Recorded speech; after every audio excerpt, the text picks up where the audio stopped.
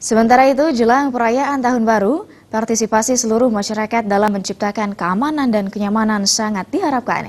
Seperti halnya yang diungkapkan oleh Lurah Legian, Madya Suryanata, masyarakat diharapkan agar menjaga ketertiban saat perayaan Tahun Baru. Lebih lanjut, Lurah Legian Madya Suryanata atas izin Camat Kuta menyatakan, berbagai antisipasi jelang perayaan Tahun Baru telah dilakukan seperti halnya dalam upaya menciptakan keamanan serta kenyamanan bagi masyarakat yang merayakannya. Upaya tersebut seperti menghimbau masyarakat agar tetap tertib dalam merayakan pergantian tahun. Selain itu, sejumlah upaya dalam menjaga keamanan seperti bersinergi dengan aparat hukum setempat, lembaga adat seperti pecalang termasuk dengan masyarakat.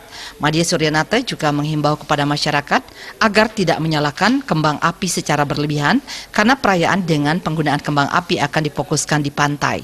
Selain itu, masyarakat juga diharapkan agar saling menjaga keamanan agar tidak terjadi hal yang tidak diinginkan. Sebenarnya sama seperti tahun-tahun sebelumnya, kami di Legian ini punya moto Legian Bersatu. Antara kami, pihak kelurahan di kedinasan dengan pihak desa adat sudah menjadi satu bahasa bahwa kami di Legian ini pertama melarang penyalaan kembang api. Itu yang pertama. Tapi untuk momen tahun barunya ada jeda waktu yang diberikan untuk menyalakan kembang api dan itu khusus di pantai. Jeda waktunya itu kurang lebih 1 jam sebelum perayaan tahun baru dan 1 jam setelah perayaan pergantian tahun itu.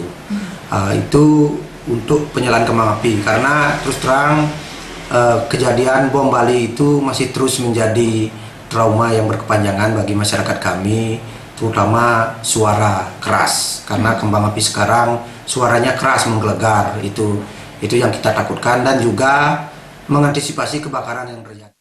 Nantinya perayaan Tahun Baru diharapkan agar berjalan dengan tertib, aman dan lancar.